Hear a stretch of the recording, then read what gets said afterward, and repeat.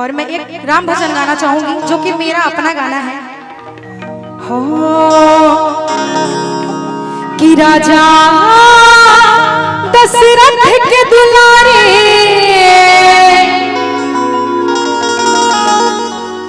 ये जो नगरी है अयोध्या की तरह सजी हुई है, तो मैं चाहूंगी कि एक गाना राम जी का, उसके बाद तो दूल्हे राजा के लिए होगा कि सबकी आंखों के तारे कि अवध में पधारे मेरे राम कि आए आए मेरे राम। भैया कि राजा दशरथ के दुलारे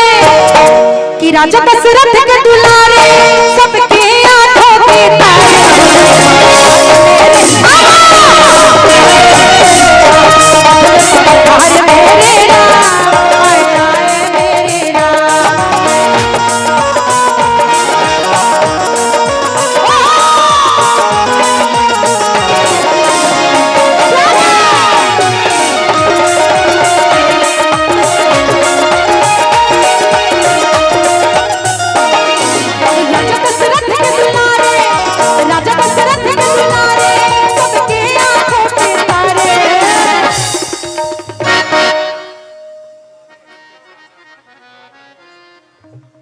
मन्नू जी के चाचा भारतीय पहलवान सैनिक चाचा की तरफ से 100 रुपए का पुरस्कार है,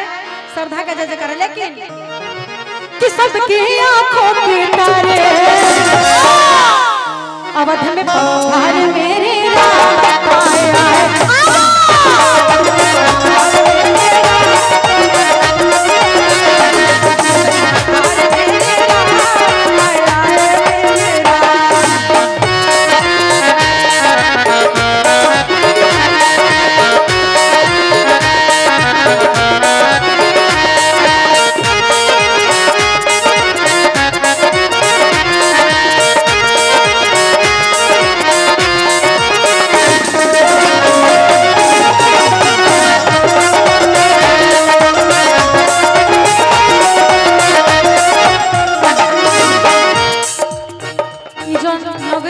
बहुत ही प्यारा दृश्य बा, देखे में लागत कहे के बका हो सजल बाट दिया ओ वध नगरी राम जी के डंका बाजो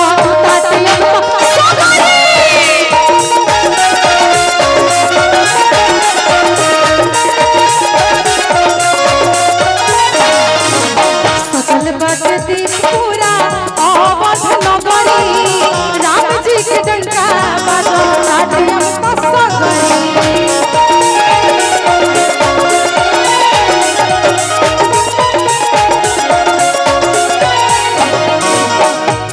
गुज श्री राम जी के नारे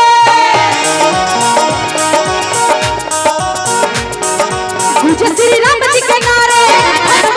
भक्त दहाड़े जे सनातन धर्म के मानत हो भले रो नाश्ता करे, लेकिन मन से एक बार मुंह से आवाज निकले के चाहिए का प्रेम से बोलिए श्री रामचंद्र भगवान की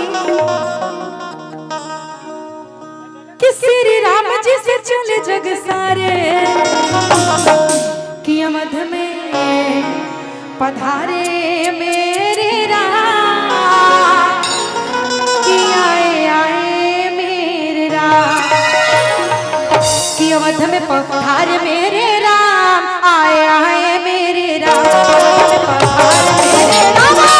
आए आए मेरे राम।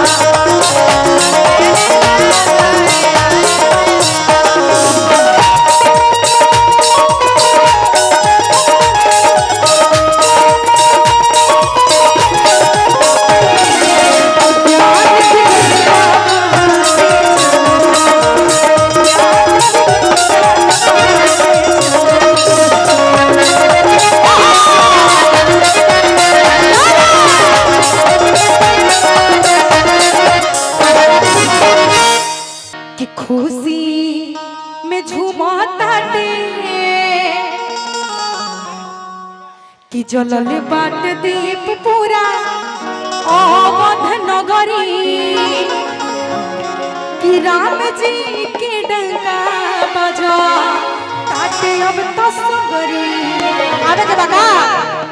कि सजल बाट दीप पूरा अवध नगरी राम जी के डंका बजा ताटे अब तो सगरी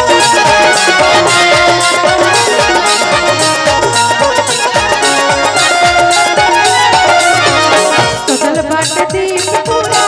अवध नगरी राम जी के डंका बजा